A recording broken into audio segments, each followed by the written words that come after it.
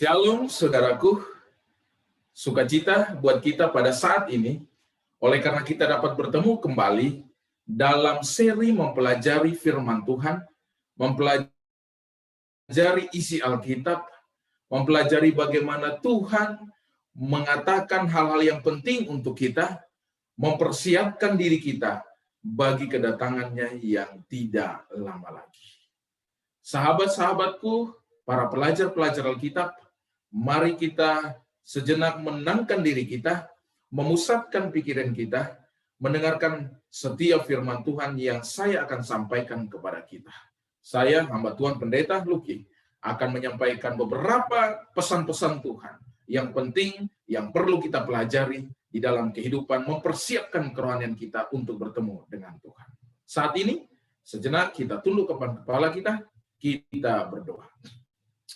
Bapa di sorga, kiranya curahan Roh Kudus menjadi bagian kami, oleh karena kami akan mempelajari dari sabda-Mu.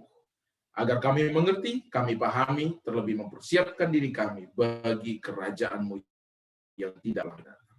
Ampunkan dosa kami, di dalam nama Yesus kami berdoa. Amin. Sahabat-sahabat para pelajar Alkitab, saat ini saya akan memberikan satu pelajaran Alkitab dengan judul Alarm mempersiapkanku. Alarm mempersiapkan hidupku. Alarm menurut Kamus Besar Bahasa Indonesia adalah tanda bahaya berupa sinyal, bunyi, sinar, dan sebagainya. Dan alarm selalu digunakan oleh banyak orang dalam berbagai situasi untuk hal-hal darurat, peringatan, dan penyelamatan. Jadi alarm itu adalah satu tanda bahaya. Dan banyak orang menggunakan alarm itu saat ini oleh karena ada beberapa situasi yang membutuhkan alarm. Dan kita sudah tahu bahwa hal-hal darurat, peringatan, dan penyelamatan sangat membutuhkan alarm. Alarm dalam bentuk jam adalah benda yang tidak asing di dalam kehidupan kita. Mungkin kita telah sama-sama tahu dan ya kita punya alarm itu di rumah. Setiap kita pasti mempunyai benda ini untuk membantu mengingatkan kita dalam berbagai situasi.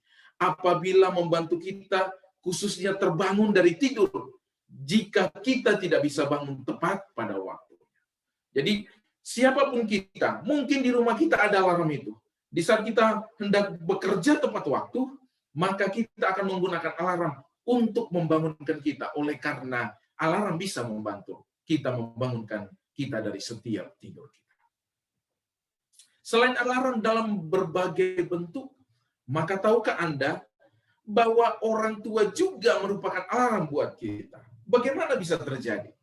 Setiap kita pasti melalui masa-masa kecil di saat kita dibangunkan oleh ibu kita saat kita tertidur di pagi hari. Saya juga mengalami hal yang sama. Waktu kecil, waktu saya sekolah, maka orang tua saya sering membangunkan saya pagi hari. Oleh karena saya kadang tertidur lelap, lupa terbangun pada pagi hari, maka orang tua saya lah yang membangunkan saya. Membangunkan saya dengan suara-suara merdu, kadang-kala dengan suara agak keras, agar saya cepat terbangun dari tidur. Oleh karena saya harus berangkat ke sekolah. Tetapi tahukah Anda, menurut penelitian, suara seorang ibu atau seorang ayah lebih ampuh membangunkan anak dari tidurnya saat peringatan kebakaran daripada suara alarm pemadam kebakaran. Bagaimana bisa terjadi? Sedangkan pemadam kebakaran itu sirenenya besar, alarmnya besar, tetapi menurut penelitian, suara seorang ayah atau ibu lebih ampuh dan lebih bisa membangunkan seseorang pada saat terjadi kebakaran.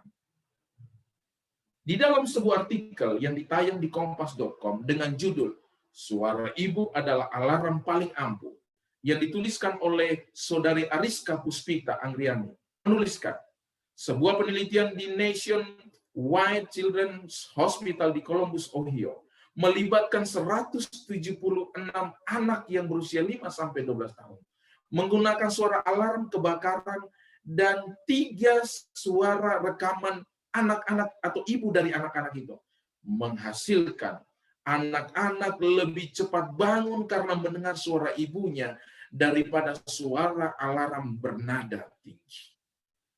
Ini adalah salah satu penelitian bahwa anak-anak dari umur 5 sampai 12 tahun mereka lebih cepat terbangun mendengar suara ibu atau ayahnya, lebih cepat terbangun mendengar suara orang tuanya daripada suara alarm bernada tinggi. Oleh karena mereka lebih mengenal suara daripada orang tua tersebut.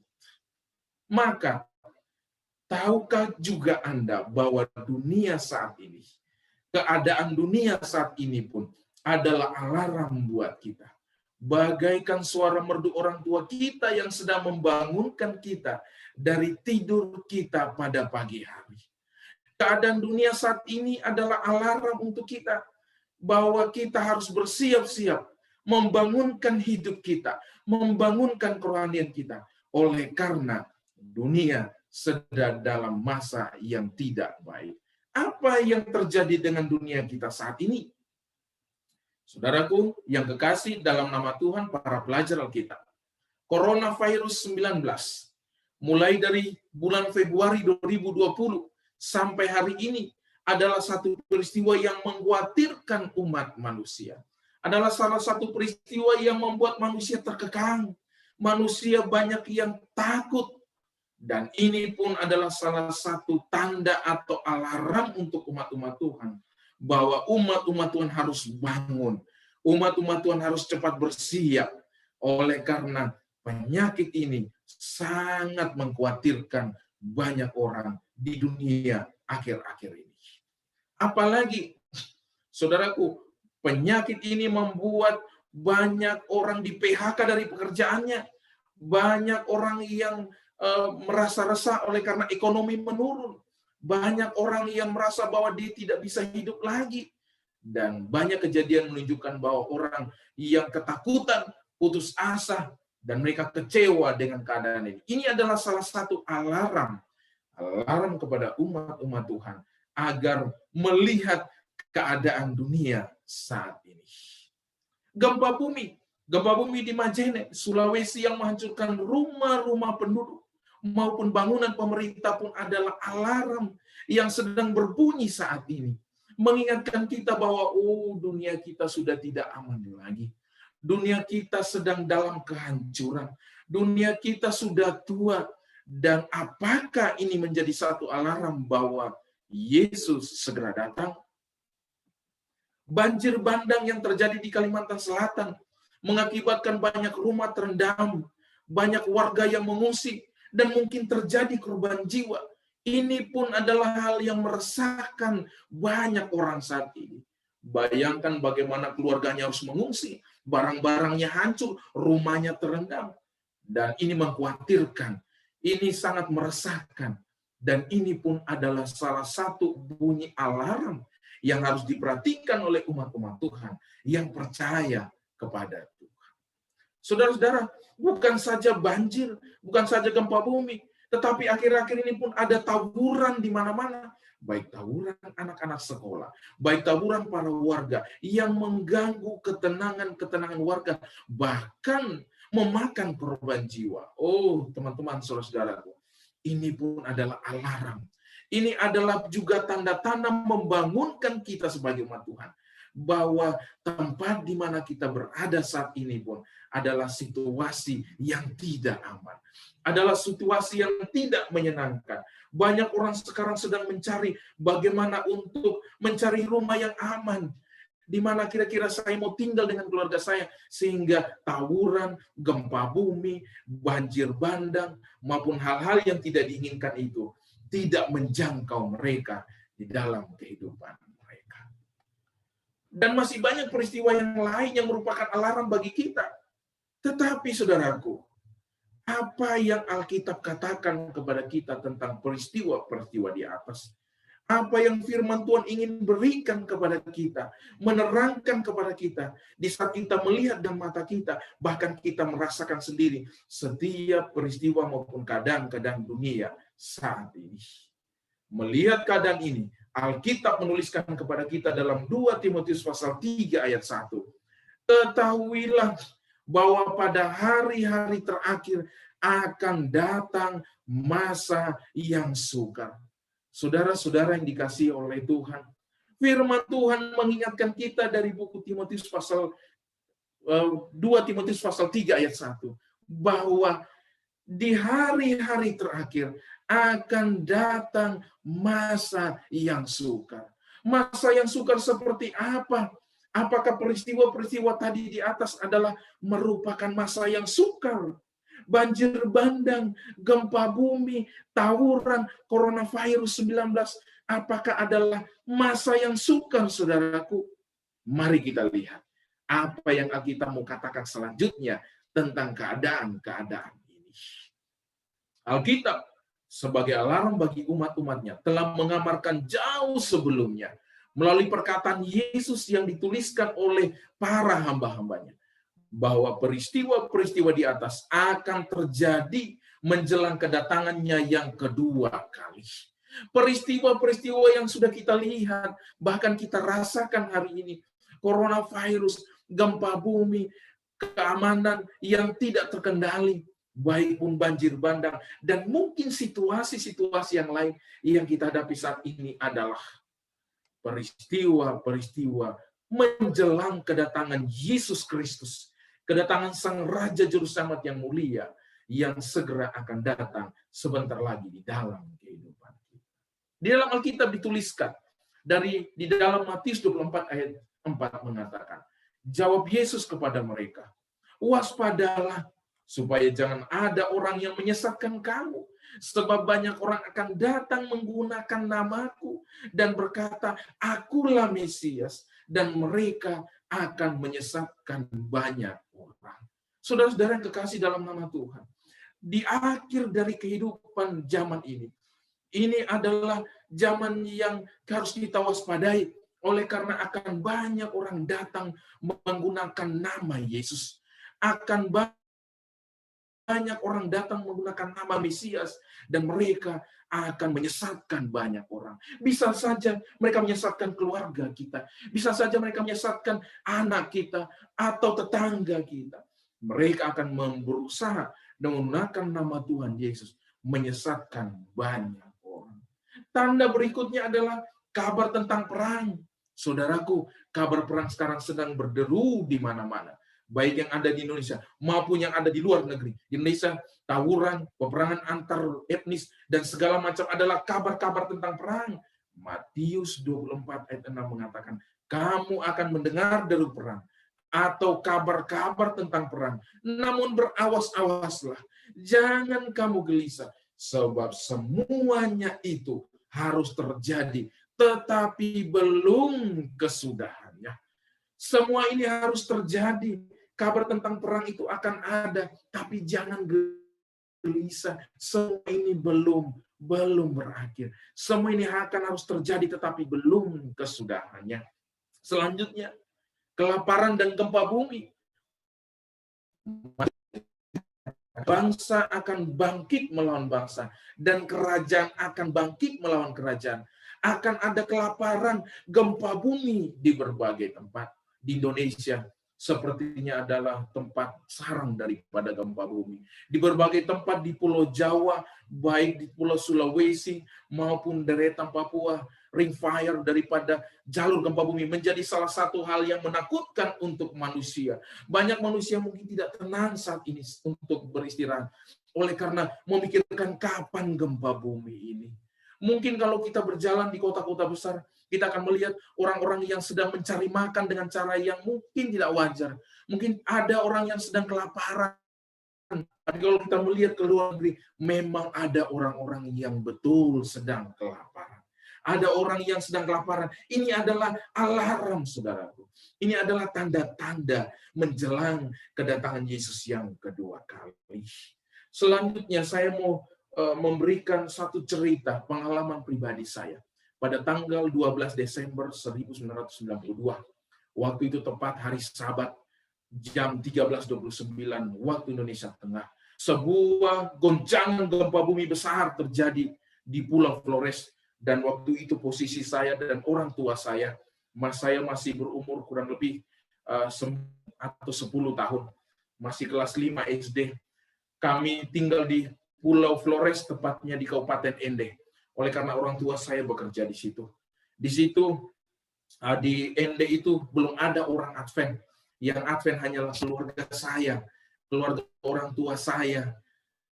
Kami dan ada satu tetangga kami dari Kupang juga bersuku Sabung. Dia pun adalah orang Advent bersama dengan keempat anaknya. Jadi kami kurang lebih ada 10 orang. Setiap hari Sabat kami beribadah di rumah kami. Kami beribadah bersama dan ibadah itu hanya kami buat singkat oleh karena hanya 2 keluarga. Lingkungan kami adalah mayoritas Katolik. Dan dari jam 9 sampai jam 11 kami beribadah bersama dan selesai ibadah biasanya kami tidak melakukan aktivitas apa-apa selain istirahat. Pada saat kami istirahat pada Sabat siang itu, tepat jam 13.29 atau setengah 2, tiba-tiba goncangan gempa bumi besar terjadi. Semua rumah kami bergoyang. Koper di atas lemari itu jatuh. Dan kami terbangun dari tidur. Ayah saya membangunkan kami. Cepat bangun dan keluar. Ada goncangan besar terjadi. Dan kami bergegas keluar dari kamar. Saudaraku, oleh karena goncangan yang besar itu, kadang-kala tidak tahu kita yang mana pintunya. Kami masih kecil, kami memegang tangan ayah dan ibu kami. Kami ditarik keluar dari pintu rumah menuju ke halaman. Dan sampai di halaman saudara, goncangan kurang lebih 10-15 detik itu membuat kepala kami pusing. Kebetulan di rumah kami ada 2 saudara sepupu kami, 2 anak gadis yang bersekolah dan tinggal di rumah kami. Mereka pun terbangun. Mereka keluar pintu, dan pintu yang sama kami keluar berebutan. Dan sampai di luar saudaraku, kami berguling oleh karena begitu luar biasa goncangan gempa bumi itu. Saudaraku, yang terjadi waktu itu adalah gempa bumi berkekuatan kurang lebih 7,8 skala Richter. Membunuh setidaknya 2.100 jiwa. 500 orang hilang, meninggal dan tidak tahu kemana. 447 orang luka-luka. Dan hampir 5.000 orang mengungsi. Dan saya dengar dari surat kabar waktu itu, ada salah satu pulau di Flores, tenggelam habis. Dan hanya 1 bayi yang selamat. Dan menurut berita bahwa bayi itu dibawa ke rumah Presiden Soeharto saat itu. Dan saya yakin sekarang anak itu sudah besar. Ini peristiwa yang menakutkan, saudara. Saya melihat di depan jalan orang itu lari. Ada yang ke atas, ada yang ke bawah. Mereka panik. Awan putih membumbung tinggi, bukanlah awan, melainkan bekas reruntuhan rumah-rumah oleh karena gempa bumi yang besar itu. Semua menangis, semua panik, kepala kami pusing, bahkan sepupu kami sampai muntah mereka oleh karena gempa bumi tersebut. Oleh karena itu, saudaraku, ini adalah peristiwa yang menakutkan. Tsunami besar membuat orang banyak yang meninggal. Bayangkan membunuh 2.100 jiwa. Saudara-saudara yang kasih dalam Tuhan, ini apakah ada alarm tentang kedatangan Yesus yang kedua kali? Ini adalah tanda-tandanya. Alkitab menuliskan, tanda-tanda alarm segera Yesus akan datang adalah salah satu gempa bumi, kelaparan, perang, dan juga nabi-nabi palsu. Selanjutnya, dikatakan bahwa di saat kita melihat hal-hal ini, Alkitab mengatakan, Matius 24 ayat 8, akan tetapi semuanya itu barulah permulaan penderitaan menjelang zaman baru. Semua ini baru permulaan, saudaraku. Kalau begitu, jika ini adalah permulaan, masih ada lagi hal yang lebih hebat yang akan terjadi. Masih ada yang lebih hebat yang akan terjadi dalam kehidupan di keadaan dunia kita saat ini. Oleh karena itu, wah, saudaraku, mari apa yang harus kita lakukan? Apa yang harus kita buat? Jika alarm dunia kadang ini sedang berbunyi, mari kita melihat apa yang Alkitab mau katakan bagi kita dalam hidup kita. Selanjutnya, saudara, bukan saja peristiwa itu, masih ada peristiwa yang lain. Matius 24 ayat 9 sampai 14 mengatakan, kamu akan diserahkan supaya disiksa dan akan dibunuh dan juga akan dibenci oleh banyak orang. Ini adalah salah satu peristiwa yang akan terjadi bagi umat-umat Tuhan. Kita yang percaya kepada Tuhan, kita yang memegang kebenaran Tuhan, kita yang mengaku pengikut Kristus, kita pun akan diserahkan untuk disiksa. Bahkan akan terjadi pembunuhan atau kita akan dibunuh.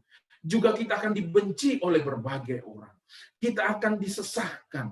Dan ini adalah peristiwa-peristiwa alarm menunjukkan keadaan dunia ini menjelang kedatangan Tuhan yang tidak lama lagi. Selain itu, banyak orang akan murtad, saling menyerahkan dan saling membenci. Makin bertambah kedurhakaan dan kasih banyak orang akan menjadi dingin. Kasih banyak orang akan menjadi dingin. Kedurhakaan banyak terjadi di mana-mana. Dan saudaraku, ini bukan saja terjadi di luar, bahkan terjadi dalam rumah tangga, bahkan juga terjadi dalam berbagai macam hal, termasuk di gereja kita saat ini. Tetapi orang yang bertahan sampai pada kesudahannya akan diselamatkan. Injil kerajaan ini akan diberitakan ke seluruh dunia menjadi kesaksian bagi semua bangsa. Sesudah itu barulah tiba kesudahannya. Saudara-saudara yang kekasih dalam nama Tuhan, peristiwa-peristiwa itu akan terjadi dan sedang terjadi. Tetapi barang siapa saya dan saudara yang bertahan sampai kesudahannya, kita akan diselamatkan. Ini adalah kabar baik untuk kita.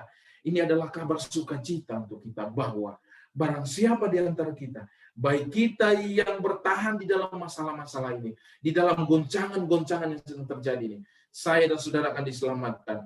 Dan kabar kesudahan itu akan terjadi jika kerajaan Injil ini, berita kebenaran ini, akan kita saksikan kepada semua bangsa, kepada semua orang yang belum mengenal kebenaran Tuhan, maka baru tiba kesudahan dari kedatangan Yesus tersebut. Inilah tanda-tanda kedatangan Yesus yang kedua kali. Ini adalah tanda-tanda Yesus, bagaimana Yesus akan datang sebentar lagi. Dan jika kita melihat dengan mata kita, sadarlah kita, alarm-alarm ini sedang berbunyi, membangunkan kita, memastikan kehidupan kita siap atau tidak. Bagaimana kepastian kedatangan Sang Juru Selamat itu? Kepastian kedatangan Yesus diungkapkan dalam kitab suci saat Yesus berbicara kepada murid-muridnya. Yohanes pasal 14 ayat 3 mencatat, "Aku akan datang kembali dan membawa kamu ke tempatku, supaya di tempat di mana aku berada, kamu pun berada." Saudara-saudara yang kekasih dalam nama Tuhan, kepastian kedatangan Yesus itu diungkapkan bahwa aku akan datang kembali. Yesus menggambarkan kepada murid-muridnya sebelum dia naik ke surga, aku akan datang kembali. Aku sedang pergi ke sana menyiapkan rumah dan aku akan kembali supaya di mana Yesus berada, saya dan saudara mendampingi Yesus. Saya dan saudara ada di sisinya. Saya dan saudara tidak ketinggalan, melainkan kita ada bersama-sama dengan Yesus. Saudara-saudara yang kekasih dalam nama Tuhan, bagaimana cara Yesus datang? Bagaimanakah cara Yesus bisa datang? Apakah kita akan bertemu dengan Yesus sebagaimana Yesus datang yang pertama kali? Sebagaimana murid-muridnya melihat Yesus duduk bersama dengan dia, berjalan dengan dia. Wahyu pasal 1 ayat 7 menuliskan, Yohanes menulis, "Lihatlah, ia datang dengan awan-awan dan setiap mata akan melihat dia." Yesus akan datang dengan awan-awan. Yesus akan datang di awan-awan. Dan setiap saya dan saudara, mata kita akan langsung melihat. Kita akan melihat dan memandang wajah kemuliaan Yesus tersebut. Oh, ini adalah kabar sukacita buat kita. Kabar menyenangkan bahwa Yesus akan datang dan semua mata akan melihat dia. Matius 24 ayat 30 dikatakan, "Dan semua bangsa di bumi akan meratap dan mereka akan melihat Anak Manusia itu datang di atas awan-awan dan di langit dengan segala kekuasaan dan kemuliaan." Saudara-saudaraku, ini kepastian kedatangan Tuhan. Bahwa semua bangsa akan meratap. Mereka akan melihat Anak Domba itu datang. Mereka akan melihat anak domba datang di awan-awan dengan segala kekuasaan dan kemuliaannya. Yesus, Sang Juru Selamat, akan datang dalam kemuliaan. Dia akan datang dengan penuh kuasanya. Dan dia memastikan bahwa tanda-tanda ini, cara ini adalah kepastian dari kedatangan Yesus yang kedua kali. Dan berikutnya adalah kabar kedatangannya itu akan terdengar jelas. Tidak samar-samar. bukanlah isapan jempol, kabar-kabar isapan jempol belaka, tetapi adalah kabar yang jelas. Ditulis dalam 1 Tesalonika pasal 4 ayat 16. Sebab pada waktu tanda diberi, yaitu pada waktu penghulu malaikat berseru dan sangkakala Allah berbunyi, Yesus sendiri akan turun dari surga. Sangkakala Allah berbunyi menunjukkan bahwa itu akan berkumandang jelas di hadapan umat-umat Tuhan, di hadapan semua orang. Itu bukanlah satu kabar yang sembunyi-sembunyi, bukan hanya sepihak saja yang tahu tentang kedatangan ini, tapi semua orang akan tahu. Penghulu malaikat itu akan membunyikan trompet tanda bahwa Yesus akan segera datang dan jelas terdengar di dalam kehidupan kita. Dan selanjutnya adalah Matius 16 ayat 27 mengatakan, Yesus datang dengan penuh kemuliaan. Sebab anak manusia akan datang dengan kemuliaan Bapanya, diiringi oleh malaikat-malaikat surga. Tuhan itu datang kedua kali, bukan seperti dia lahir di kandang domba. Di sekitar kandang itu tidak ada orang yang tahu bahwa Yesus Juru Selamat itu sedang ada. Melainkan hanyalah para gembala-gembala domba. Yang tahu hanyalah 3 orang majus oleh karena mereka meneliti akan tentang kedatangan Yesus itu. Tetapi kedatangan yang kedua kali ini, dia akan datang dengan penuh kemuliaan. Dia akan datang diiringi oleh malaikat-malaikat surga yang banyak. Dan ini akan menjadi satu kabar baik, sukacita buat kita, bagi umat-umatnya yang rindu akan kedatangannya. Tetapi masalahnya buat kita adalah saat ini, jika tanda-tandanya sudah ada, waktunya yang belum kita ketahui. Kapankah waktu Yesus datang tersebut? Yesus tidak memberikan tanggal, tahun, dan bulan yang tepat untuk kita. Melainkan alarm-alarm keadaan ini adalah merupakan waktunya.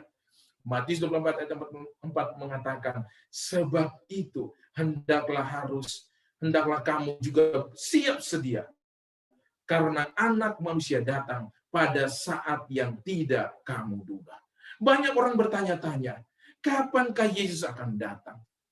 Kenapa harus ada tanda-tandanya? Mengapa Yesus tidak memberikan waktu yang tepat, tanggal yang tepat, tahun yang tepat, agar kita, umat-umat Tuhan bersiap, agar kita sebagai umat Tuhan tahu, jika memang besok pagi, tanggal sekian, kita akan siap-siapkan diri kita.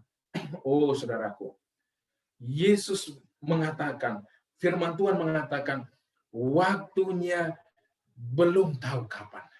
Ya, tidak ada tanggal yang tepat, tetapi saya dan saudara harus bersiap sedia.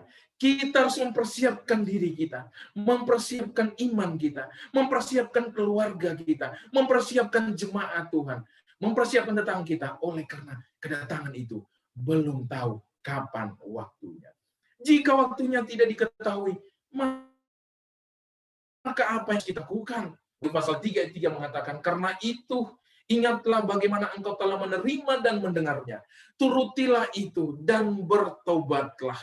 Karena jikalau engkau tidak berjaga-jaga, aku akan datang seperti pencuri, dan engkau tidak tahu pada waktu manakah aku tiba-tiba datang. Saudara-saudara yang kekasih dalam nama Tuhan, para belajar firman Tuhan, Yesus mengatakan turutilah dan bertobatlah. Waktu ini tidak tahu kapan, tapi tanda-tandanya sudah ada. Maka kita diajak untuk bertobat, menuruti segala perintah-perintah firman Tuhan yang sudah kita pelajari, mari kita turuti. Dan kita berjaga-jaga. Oleh karena dia akan datang seperti pencuri. Baik itu di tengah malam, ataupun di siang hari, atau kapan saja, akan tiba-tiba datang kepada kita. Oleh karena itu, mari kita persiapkan diri kita. Kita bertobat, kita menurut Tuhan, kita berjaga-jaga sentiasa di dalam setiap kehidupan dan kerohanian kita. Wahyu 3, pasal 3 ayat 3 menekankan 3 kata penting: penurutan, pertobatan, dan berjaga-jaga. Inilah yang harus kita kerjakan. Oleh karena 2 Timotius 3 ayat 1 mengatakan, hari-hari ini akan menjadi hari-hari yang sukar. Maka perlu penurutan akan firman Tuhan, peraturan Tuhan, bertobat kita dari setiap perbuatan kita dan berjaga-jaga. Selanjutnya, Jika waktu itu tidak kita ketahui, Wahyu 16 ayat 15 mengatakan, lihatlah aku datang seperti pencuri, berbahagialah dia yang berjaga-jaga dan yang memperhatikan pakaiannya, supaya ia jangan berjalan dengan ketelanjangan. Saudaraku, para belajar Alkitab, ini adalah satu amaran agar saya dan saudara siap berjaga-jaga, memperhatikan pakaian kita. Pakaian ini diumpamakan adalah kehidupan kita, kerohanian kita, kehidupan iman kita. Kita perhatikan apakah kita sudah siap atau belum. Apakah kita sedang berjaga-jaga atau tidak. Oleh karena Tuhan tidak mau pada saat dia datang, kita tidak siap. Kita sedang berjalan dalam ketelanjangan, kita tidak siap dalam rohani kita tidak mengenakan kebenaran Tuhan di dalam setiap kehidupan kita. Oleh karena itu, Wahyu 16 ayat 15 menekankan dua kata penting, berjaga-jaga dan memperhatikan pakaian kerohanian kita.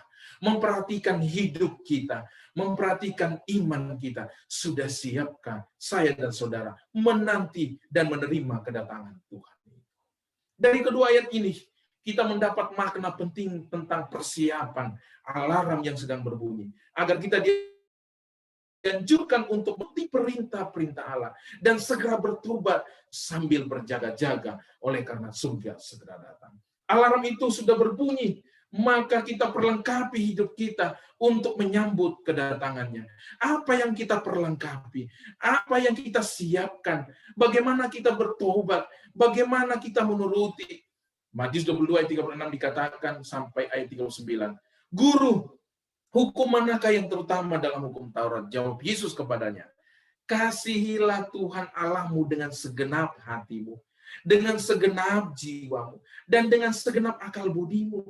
Itulah hukum yang terutama dan yang pertama. Dan hukum yang kedua yang sama dengan itu ialah, kasihilah sesama manusia seperti dirimu sendiri. Saudara-saudaraku para pelajar Alkitab, di saat saudara mempelajari firman Tuhan, ingat, firman Tuhan mengamarkan kepada kita untuk mengasihi Allahmu dengan segenap hatimu. Kata segenap hati adalah dengan seluruh hidupmu, dengan segenap jiwamu adalah seluruh hidupmu, dengan segenap budi artinya dengan seluruh pengetahuan yang ada. Jika firman Tuhan adalah benar, mari kita turuti. Jika peraturan Tuhan adalah benar, mari kita jalankan. Oleh karena Tuhan rindu, Tuhan mendapatkan kita benar-benar berjaga-jaga, bertobat dan bersiap.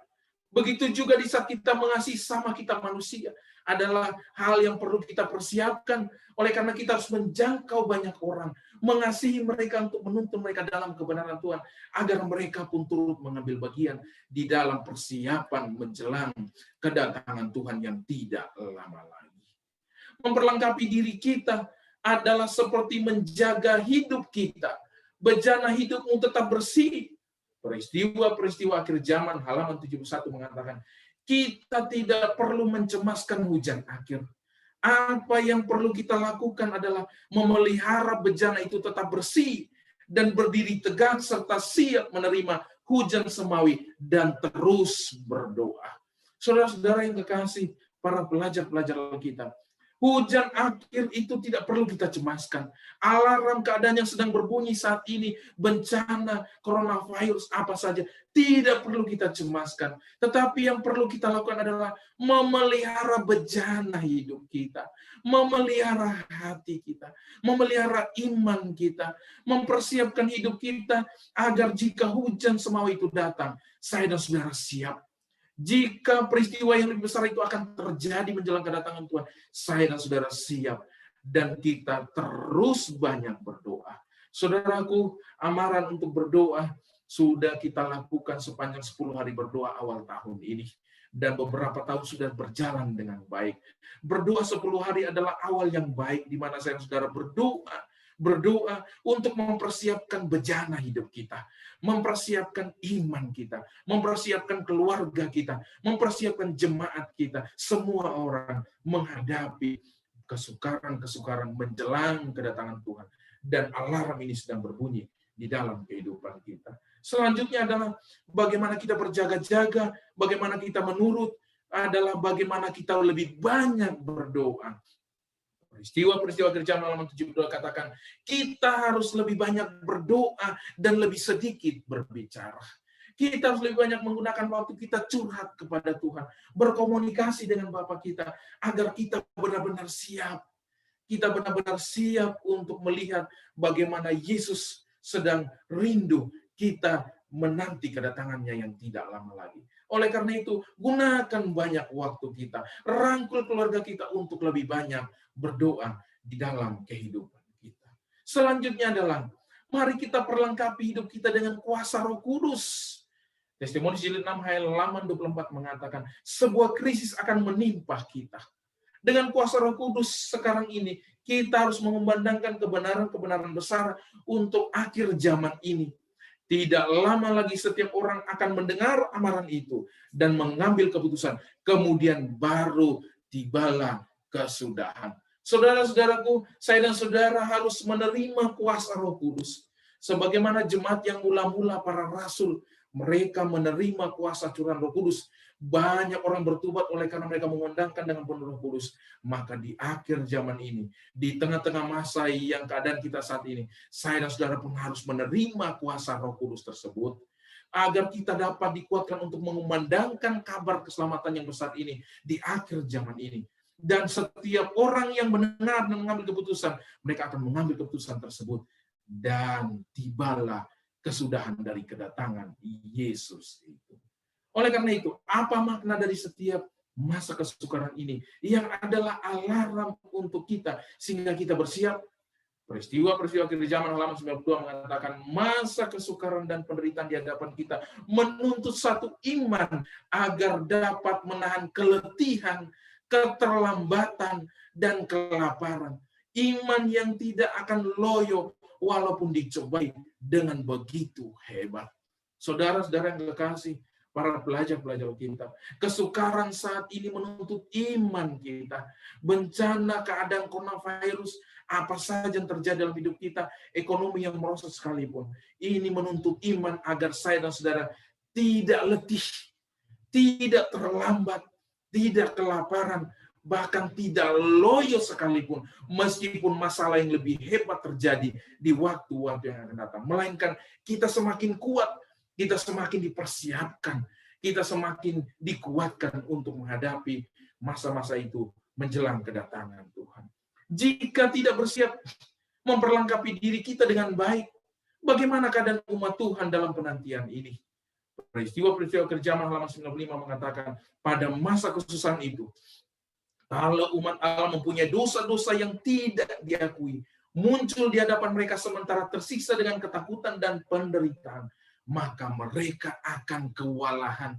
Keputusasaan akan melepaskan iman mereka, dan mereka tidak mempunyai keyakinan diri untuk memohon kelepasan dari Allah. Oh, saudara-saudaraku, Allah menginginkan kita mengakui dosa-dosa kita. Allah menginginkan kita untuk menghilangkan, memohon pengampunan atas Tuhan, dan menghilangkan ketakutan untuk datang memohon kemurahan Tuhan. Oleh karena jika kita tidak mengakui dosa kita, maka kita akan kewalahan, akan ada putus asa dalam hidup kita, bahkan kita tidak punya keyakinan diri untuk memohon kelepasan daripada Allah.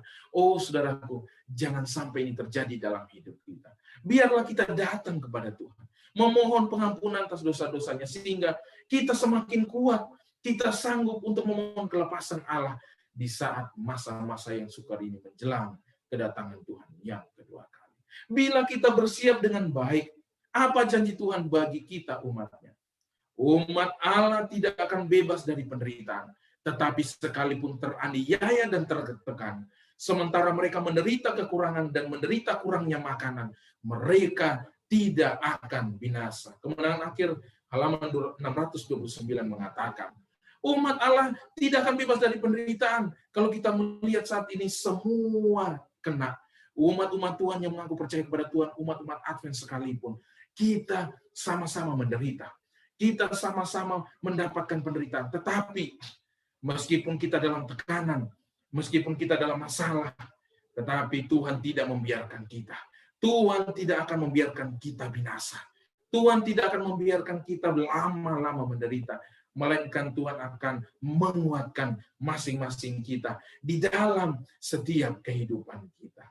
Marilah kita persiapkan diri dan iman kita. Filipi pasal 2 ayat 12 mengatakan, hai saudara-saudara yang kasih, kamu senantiasa taat, karena itu tetaplah kerjakan keselamatanmu. Kita diamarkan oleh Rasul Paulus dalam kitab Filipi pasal 2 ayat 12, mari tetap kerjakan keselamatan kita. Mari kita tetap pada posisi kita untuk tetap bersiap.